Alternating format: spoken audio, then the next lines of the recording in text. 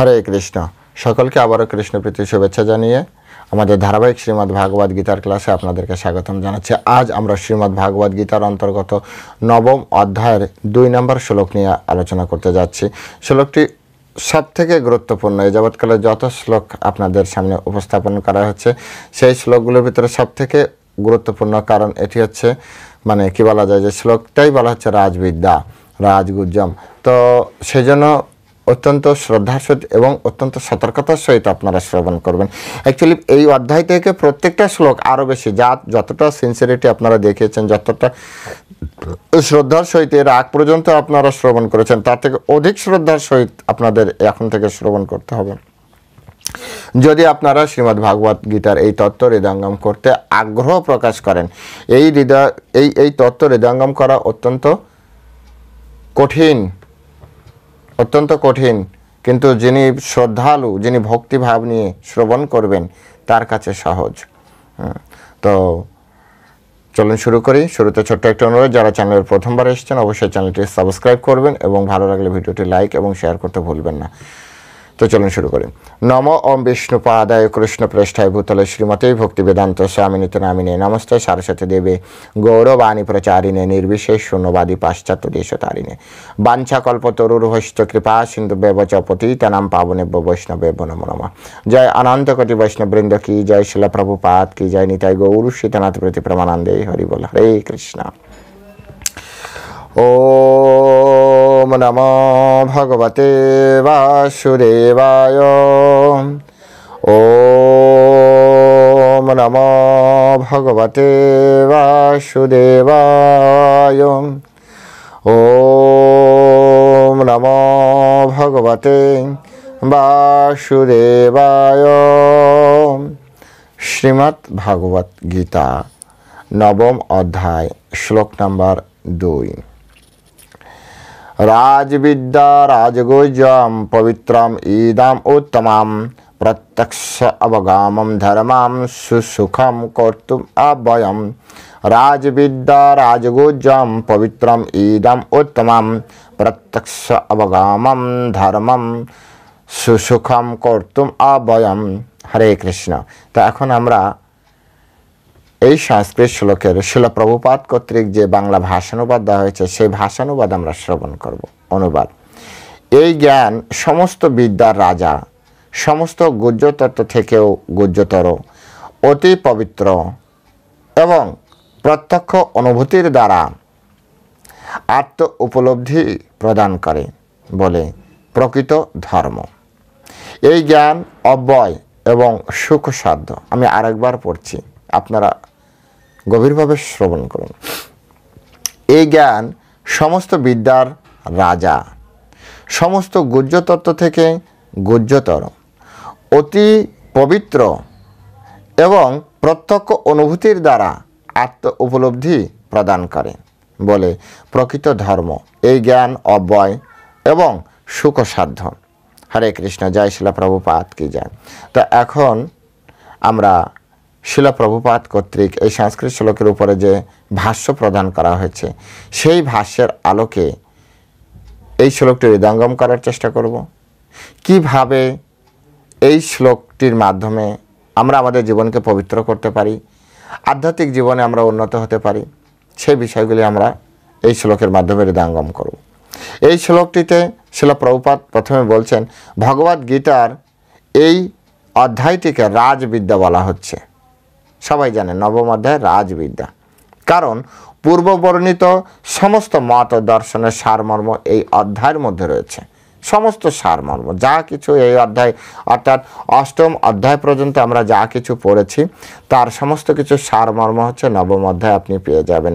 বিশেষ ভারতে যত ধরনের মতাদর্শ রয়েছে, প্রধান দার্শনিক যারা আছেন তাদের ভিতরে কারা আছেন বলা হচ্ছে, গৌতম মুনি আছেন, তারপরে কনাদ আছেন, কপিল আছেন, যাজ্ঞবল্ক্য আছেন, শাণ্ডিল্য আছেন, তারপরে বৈষ্ণব আছেন, চূড়ান্ত পর্যায়ে বেদান্ত সূত্র রয়েছে বেদব্যাসজির। তো এরকম বিভিন্ন ধরনের দার্শনিক মতবাদ আমাদের ভারতবর্ষে প্রচলিত রয়েছে এবং সুতরাং দর্শন অথবা দিব্য জ্ঞানের ভারত অত্যন্ত সমৃদ্ধ।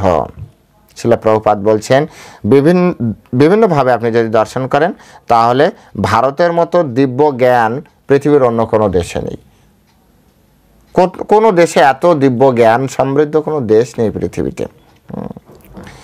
তো এখানে ভগবান বলছেন যে নবম অধ্যায়ে বর্ণিত তত্ত্বজ্ঞান সমস্ত বিদ্যার রাজা। যত ধরনের স্বরদর্শন বলেন, বেদান্ত সূত্র বলেন, যত জ্ঞান এই জগতে আপনি জানি, আমি তো সব কিছু জানিও না, আপনারা অনেকে জানেন, আবার অনেকে জানেন না। সমস্ত জ্ঞান বলতে যা কিছু বোঝায়, বিদ্যা বলতে এই জগতে যা কিছু বোঝায়, তো পরমেশ্বর ভগবান বলছেন রাজবিদ্যা। এই ভগবদ্গীতা হচ্ছে রাজবিদ্যা, বিদ্যার ভিতরে রাজা। বিদ্যার রাজা হচ্ছে এই ভগবদ্গীতা। বিদ্যা বলতে এই জগতে, অর্থাৎ যত সাবজেক্ট এই জগতে আছে, হয়তো আপনার ইউনিভার্সিটিতে 10টি সাবজেক্ট আছে, আরেকটা ইউনিভার্সিটিতে 50টি, আরেকটা ইউনিভার্সিটিতে 100টি, আরেকটা ইউনিভার্সিটিতে আরও বেশি বা আরও কম। যত ধরনের সাবজেক্ট এই পৃথিবীতে আছে, পরমেশ্বর ভগবান বলছেন সমস্ত বিদ্যার রাজা হচ্ছে ভগবদ্গীতা। হরে কৃষ্ণ। রাজবিদ্যা। শিলা প্রভুপাদ তাই বললেন যে সমস্ত জ্ঞানের রাজা হিসেবে এই ভগবদ্গীতাকে পরমেশ্বর ভগবান নিজেই বললেন। এখন এই তত্ত্বজ্ঞান পরম গুহ্য। বিষয়টা হচ্ছে এইখানেই আমাদের সাথে একটু অন্যান্য জ্ঞান আপনি স্কুল কলেজে যাবেন, পড়বেন, অনেকটা ওপেন, কিন্তু এই যে জ্ঞান রাজবিদ্যা হওয়ার কারণে তো গোপন।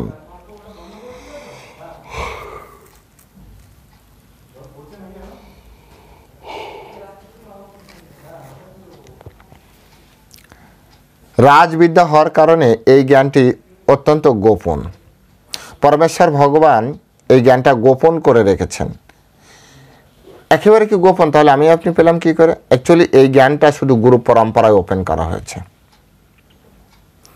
গুরু পরম্পরার মাধ্যমে যদি কেউ সংযুক্ত হয় তাহলে তিনি এই জ্ঞান গ্রহণ করার জন্য উপযুক্ত ব্যক্তি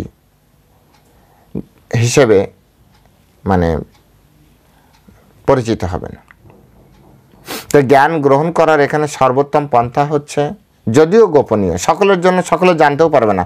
বাজারে হাজারো গীতা পড়ে আছে, কিন্তু গীতা পড়েও তো ভারতবর্ষের মানুষ বুঝতে পারছে না যে পরমেশ্বর ভগবানই শ্রীকৃষ্ণ। তাহলে কি হলো? গুপ্ত রহস্য উদ্ঘাটন হলো না। একজনের ঘরে কোটি কোটি টাকা আছে, সে ভিক্ষুকের মতো জীবনযাপন করছে, তার মানে টাকাটা কোথায় আছে সে জানে না। পরমেশ্বর আসলে শিলা প্রভুপাদ খুব সুন্দর একটি উদাহরণ দিতেন। তিনি বলতেন যে আমাদের অবস্থা কি? আমাদের পিতা অত্যন্ত ধনী আর আমরা অত্যন্ত গরিবের মতো জীবনযাপন করছি। আমরা ভুলে গিয়েছি যে আমাদের পিতা ধনী, আমাদের কোনো অভাব নেই, আর আমরা বাড়িতেও ফিরতে পারছি না, আর পিতাও আপাতত নিতে পারছে না। এটা হচ্ছে আমাদের জীবনের বর্তমান অবস্থা। তো ঠিক তেমনি গীতা পড়ার পরেও মানুষের জীবন যাত্রা পরিবর্তন হচ্ছে কই? প্রত্যেকের ঘরে গীতা আছে। আমরা যখন গীতা প্রচার হ্যাঁ আছে পড়ি কই জীবনযাত্রার মান তো পরিবর্তন হচ্ছে না। ভক্তিসুলভ জীবনযাপন কেন হচ্ছে না? অনেকে আবার এই কথা শুনে বলবে, আপনাকে কে বলেছে যে ভক্তিসুলভ জীবনযাপন না করছে? আগুন জ্বালালে যেমন তাপ আর আলো প্রকাশ করে, সাথে সাথে ধোঁয়াও প্রকাশ করে। এই তিনটা জিনিস তো থাকবে আগুন জ্বললে। ঠিক তেমনি একজন ভক্ত হৃদয়ে যখন ভক্তি ভাব, প্রত্যেকের ভিতরে ভক্তি আছে, এটা সত্য, কিন্তু এই ভক্তি ভাব যখন ধীরে ধীরে বাড়তে থাকে না, তখন আপনার বাহ্যিক ভাবেও তা প্রকাশ পায়। আপনার কথা, আপনার চলাফেরা, আপনার জীবনযাত্রা, আপনার বিনম্রতা, আপনার আচার ব্যবহার, এ সব কিছুতে প্রকাশ পাবে। লুকিয়ে রাখার বিষয় না এরকম। মদ খেয়ে যেমন মানুষ লুকিয়ে রাখতে পারে না, কৃষ্ণ ভক্তি করলেও মানুষ লুকিয়ে রাখতে পারে না। প্রেমের বিষয় তো, প্রেম করার পরে মানুষ দেখেছেন, মানুষ প্রেম লুকায়। আমি অনেক আগে পড়েছিলাম, তখন স্টুডেন্ট লাইফে, মদ খেয়ে আর প্রেম করে মানুষ লুকিয়ে রাখতে পারে না। তো ঠিক তেমনি কৃষ্ণ প্রেম যদি জাগ্রত হয়, কৃষ্ণ ভক্তি যদি জাগ্রত হয়, সে লুকিয়ে রাখতে পারে না।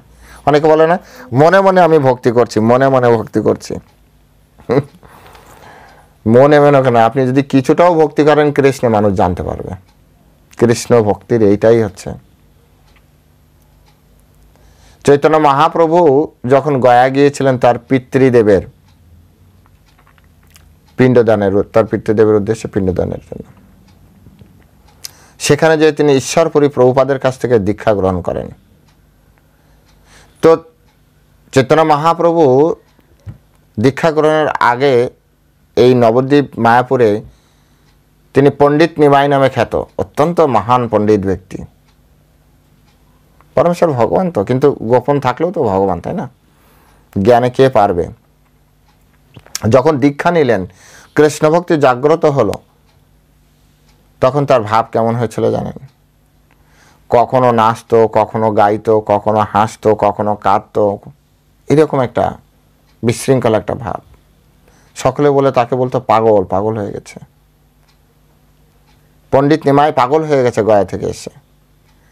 অদ্বৈত আচার্যের কাছে নিয়ে গেলেন। অদ্বৈত আচার্যের কাছে যখন সচিমা নিয়ে গেলেন যে দেখুন আমার ছেলেটার কি হলো, গয়া গেল, আসার পরে এরকম করছে। কৃষ্ণ নামে মাতোয়ারা হয়ে থাকতেন।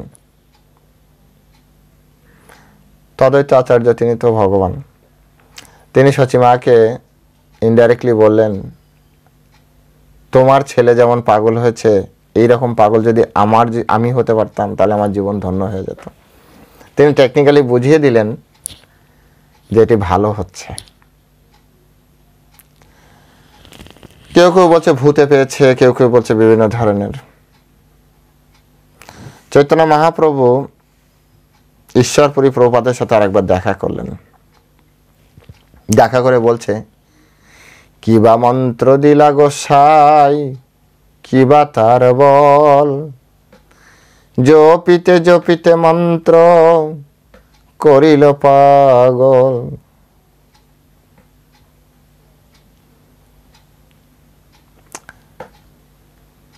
এরকম এই মন্ত্রের এরকম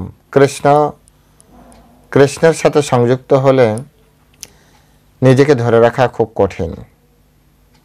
তাই যারা এরকম ভাবে বলে যে মনে মনে মনে মনে কৃষ্ণ ভক্তি করছি, আমি জানি না কাকে ছলনা করছে এরা, বেরোবেই। তো যদিও এটি রাজবিদ্যা এবং রাজগুহ্যতম বিষয়, অত্যন্ত গোপনীয়, কিন্তু গুরু পরম্পরায় এই জ্ঞান প্রবাহিত হয়। গুরু পরম্পরায় ওপেন করে, অর্থাৎ গুরুদেব শিষ্যের সামনে ওপেন করতে পারে। এটি আমাদের মাথায় রাখতে হবে। এবং শিল প্রভুপাদ বলছেন যে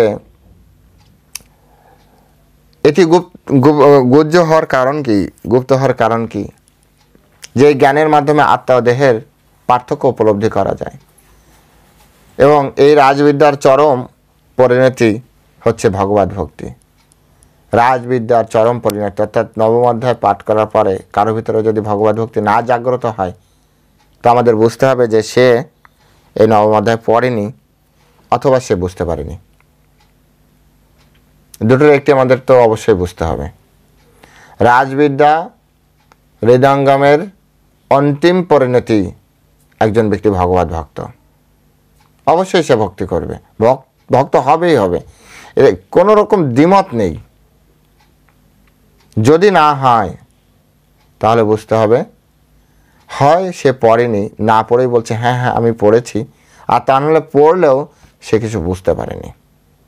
অনেকে আছে না দিন রাত বই নিয়ে খেলে, হ্যাঁ বই নিয়ে পড়ছে পরীক্ষার সময় লাড্ডু পায়। তার মানে কি ওই সারাদিন কেউ পড়েনি, হয়তো বইয়ের ভিতরে মোবাইল রেখেছে, বইটাকে এরকম খেলিয়ে রেখেছে মা বাবাকে, আর ভিতরে সে মোবাইল দেখেছে।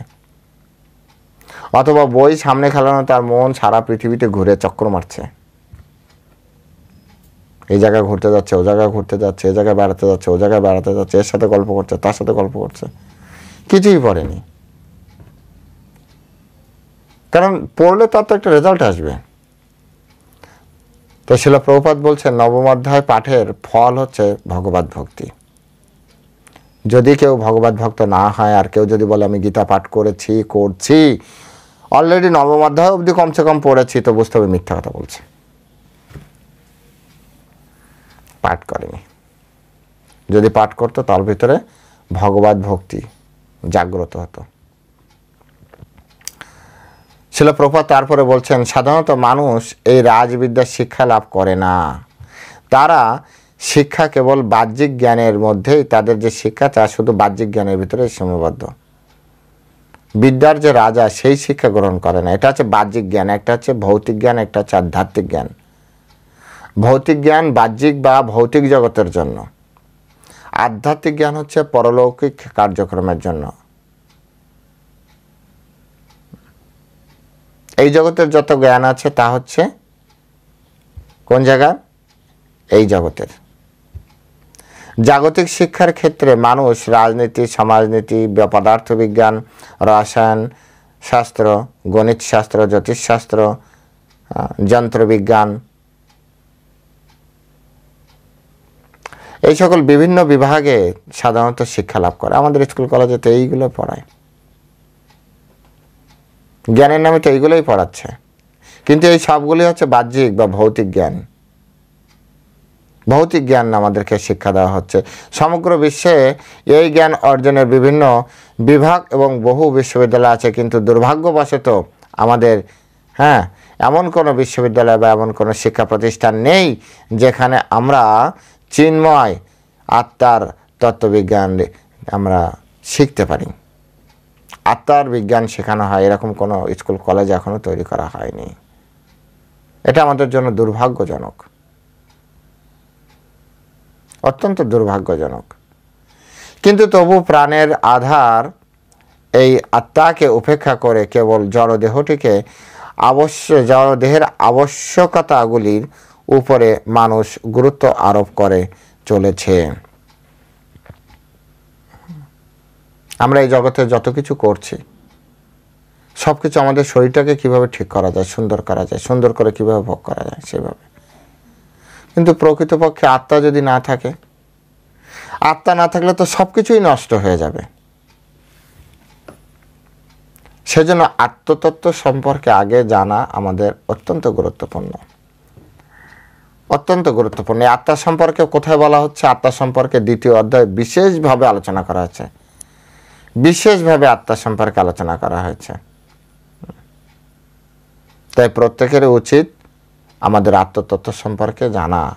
দেহ আর আত্মার ভিতরে পার্থক্য জানাটা, এটি হচ্ছে জগতের সবথেকে গুরুত্বপূর্ণ জ্ঞান। আপনি জানেনই না যে দেহ কি আত্মা কি, তাহলে আপনি বুঝবেন কি করে? আপনার কর্ম নির্ধারণ করবেন কি করে যে আপনি কার জন্য কর্ম করছেন? আপনি কি দেহের জন্য কর্ম করছেন নাকি আপনার আত্মার জন্য কর্ম করছেন?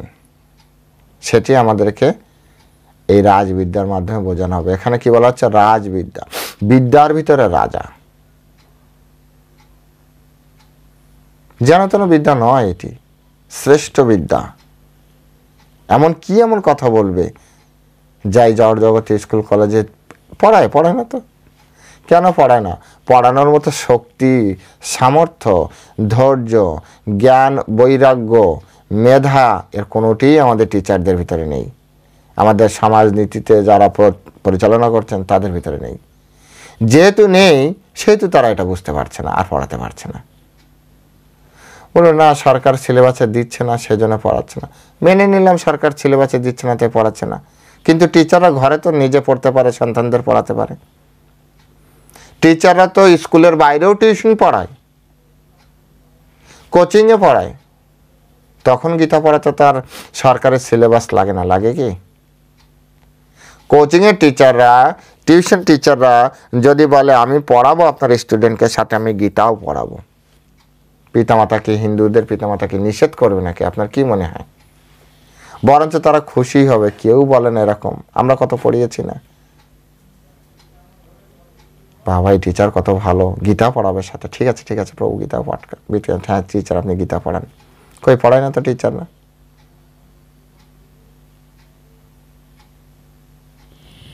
ভৌতিক জ্ঞানে জ্ঞানী তো, সব থেকে গোপন জ্ঞান, সব থেকে শ্রেষ্ঠ জ্ঞান, এটা গ্রহণ করার মতো যে ক্ষমতা সেটিও আমাদের নেই।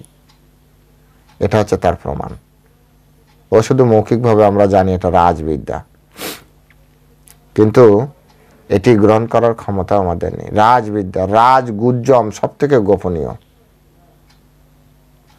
তারপর বলা হচ্ছে পবিত্রম, এই জ্ঞান অত্যন্ত পবিত্র জ্ঞান। কতটা পবিত্র? এই জ্ঞানের সংস্পর্শে, আপনি জ্ঞানের সংস্পর্শে আসলে আপনার জীবন পবিত্র হবে। হাজার লাখো ব্যক্তি ইসকনের মাধ্যমে, এই জ্ঞানের মাধ্যমে, এই গীতার জ্ঞানের মাধ্যমে তাদের জীবনকে পবিত্র করেছে না? অনেকে আছে মদ খেত, মাছ মাংস খেত, নেশা করত, অবৈধ সঙ্গ করত। এই গীতার মাধ্যমে তো তারা তাদের জীবনকে পরিবর্তন করেছে, পবিত্র করেছে। গীতা পবিত্র। আপনি যখন গীতাকে হৃদয়ে ধারণ করবেন আপনার জীবন পবিত্র হবে। তো পবিত্র হচ্ছে না, তার মানে কি? আপনি গীতা ব্যাগে নিয়ে ঘুরছেন, গীতা পকেটে নিয়ে হাঁটছেন, আর ওই পকেটে গীতা রেখেই আপনি যে আবার হোটেলে যে মাছ মাংস খাচ্ছেন। তো গীতা পবিত্র, এটা ঠিক, কিন্তু গীতার জ্ঞান কিন্তু আপনাকে পবিত্র করতে পারল না, কারণ আপনি গীতার জ্ঞান গ্রহণ করেননি, আর এতে গীতার কোনো লাভ আপনার জীবনে আসলো না। তাই এখানে বলছে যে গীতা তখন বুঝতে পারবেন আপনি, আপনার জীবনে লাভ হলো পবিত্রাম ইদাম উত্তমাম, এই জ্ঞান অত্যন্ত পবিত্র জ্ঞান।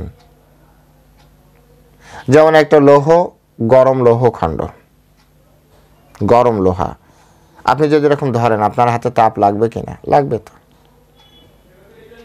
অর্থাৎ আগুন বা তাপের সংস্পর্শে গেলে তাপ প্রাপ্তি হয়। ঠিক একইভাবে কেউ যদি বরফের সংস্পর্শে যায় তাহলে বরফ প্রাপ্তি হবে না?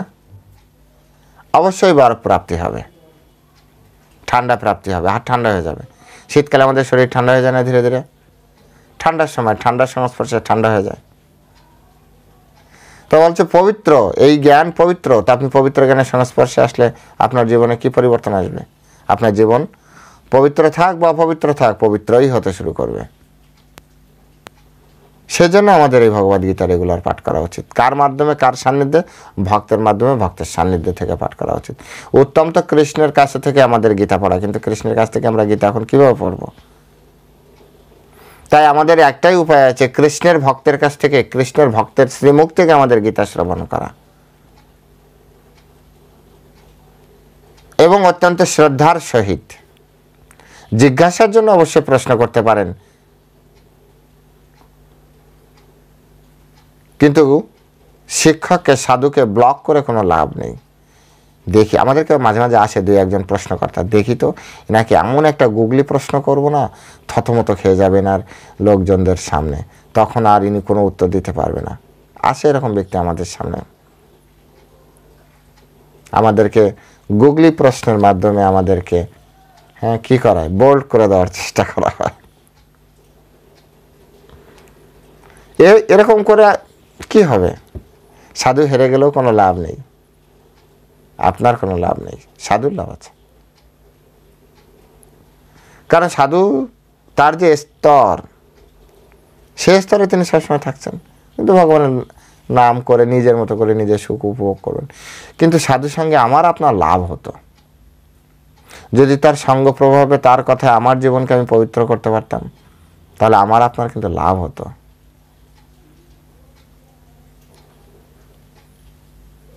তাই এই বিদ্যা গ্রহণ করার পরে একজন ব্যক্তি অবশ্যই পবিত্র হবে, বিনম্র হবে, সাধুর সঙ্গে, সাধু মুখে, সাধুর সান্নিধ্যে থেকে, সাধুর আনুগত্য থেকে এই গীতা আমাদের হৃদয়ঙ্গম করার চেষ্টা করতে হবে। আপনি, এটা ওপেন চ্যালেঞ্জ, আপনি এই জগতে যারা যারা গীতা পড়ছে, বুঝতে পারছে না, বুঝতে পারার চেষ্টাও করছে না, এই দুই শ্রেণীর মানুষের ভিতরে যে দেখুন কোনো না কোনোভাবে অহংবোধ রয়েছে, সাধুতে অশ্রদ্ধা রয়েছে। লিখে রাখেন, ওপেন পাবলিক প্লেসে বললাম, যারা গীতা পড়ছে না এবং গীতা বুঝতে পারছে না, এদের ভিতরে অহংকার রয়েছে, এদের সাধুতে শ্রদ্ধা নেই। যেহেতু সাধুতে শ্রদ্ধা নেই, তাই গীতা তিনি সাধুর কাছ থেকে যে পড়তে পারছে না।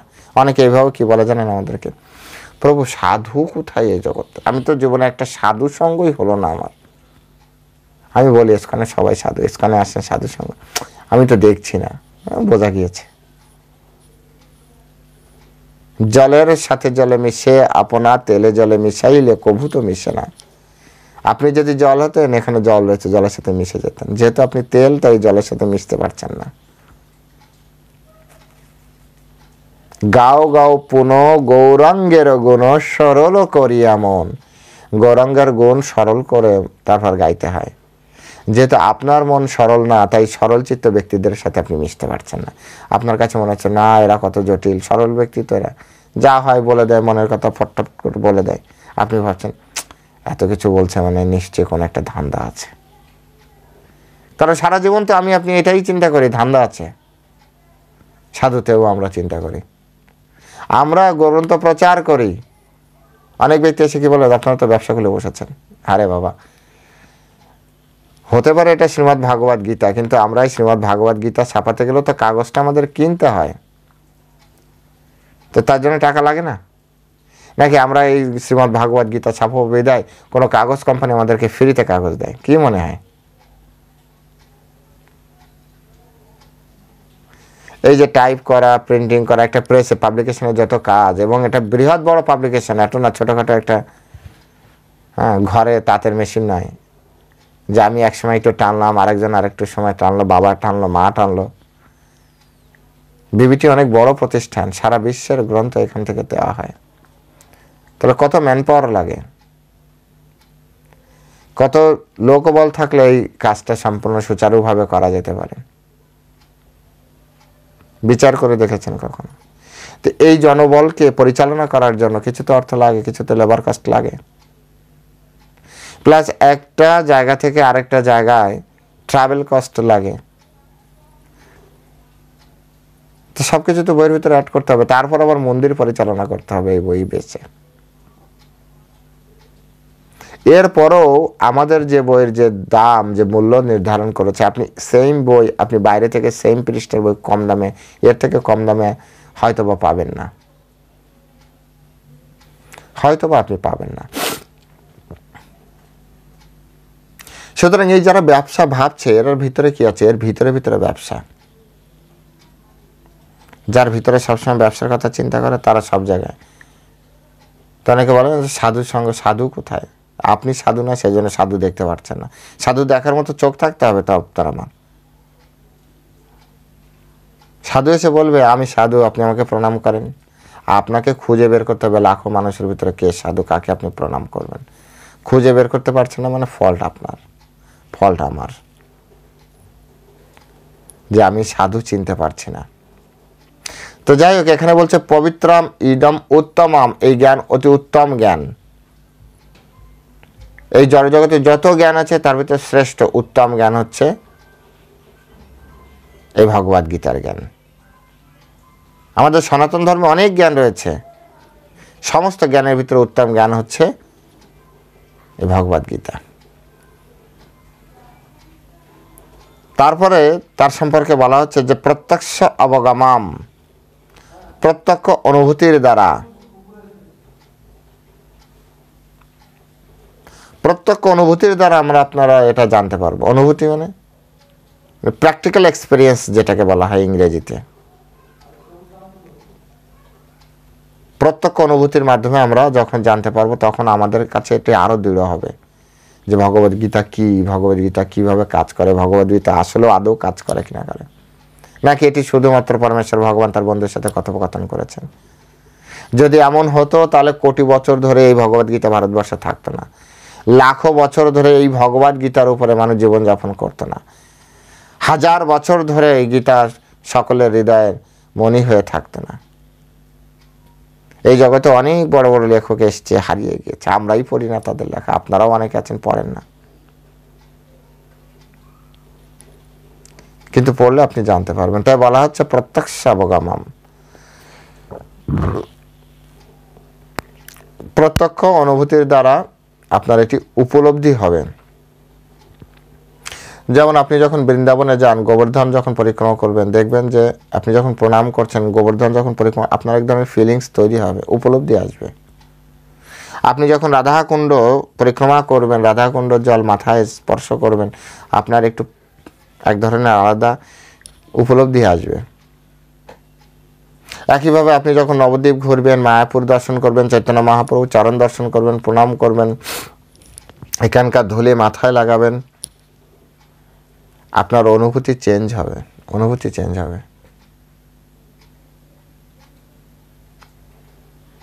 তো এখানে বলা হচ্ছে প্রত্যক্ষ অবগমম, প্রত্যক্ষ অনুভূতির দ্বারা আপনার আমি আপনি সকলে আমরা এটা অনুভব করতে পারি। যদি অনুভব না করতে পারি, যদি এরকম মনে হয় কখনো যে আপনি অনুভব করতে পারছি না, তো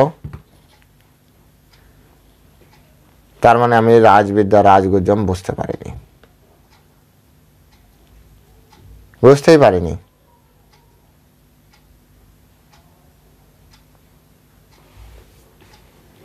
তারপরে বলা হচ্ছে ধর্মম, যেহেতু প্রত্যক্ষ অনুভূতির দ্বারা এটি মানুষ হৃদয়ঙ্গম করতে পারে, এটি অনুভব করতে পারে,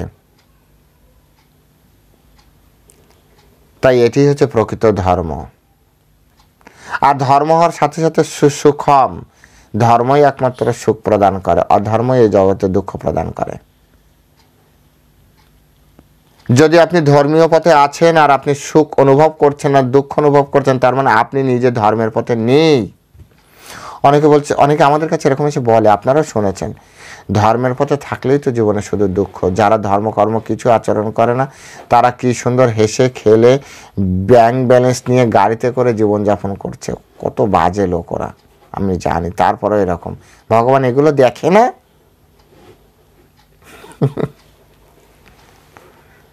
উনি করছে তো আপনার কি? উনি ওনার কর্ম একটা করেছে, সেই কর্মের ফল উনি ভোগ করছে, প্রাপ্তি করছে। আমাকে আপনাকে আপনার কর্মটা করতে হবে। তাই যারা ধর্ম করবে তারা সবসময় সুখে থাকবে, কোনো ব্লেম করবে না, কারণ তারা শাস্ত্র জানে। তো শাস্ত্র যারা জানে তারা কখনো ব্লেম করে না কৃষ্ণকে কখনো, এমনকি কৃষ্ণ সম্পর্কে অনুপযুক্ত শব্দ ব্যবহার করে না। বিচার করে দেখুন, কৃষ্ণ সম্পর্কে অনুপযুক্ত শব্দ পর্যন্ত তারা ব্যবহার করে না।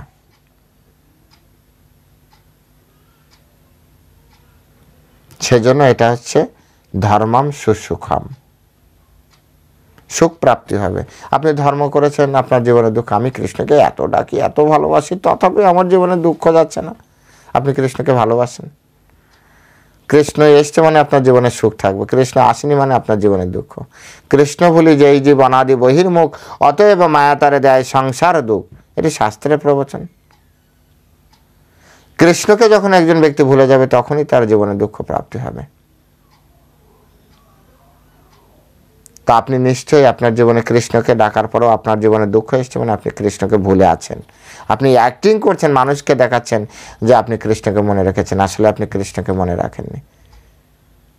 আপনি লোক ব্যবহার করছেন, আপনি মানুষকে ঠকাচ্ছেন, আপনি নিজেকে ঠকাচ্ছেন। তারপরে বলছে কর্তুম অব্যয়াম, এই অনুষ্ঠানটা খুব সহজে করা যায়।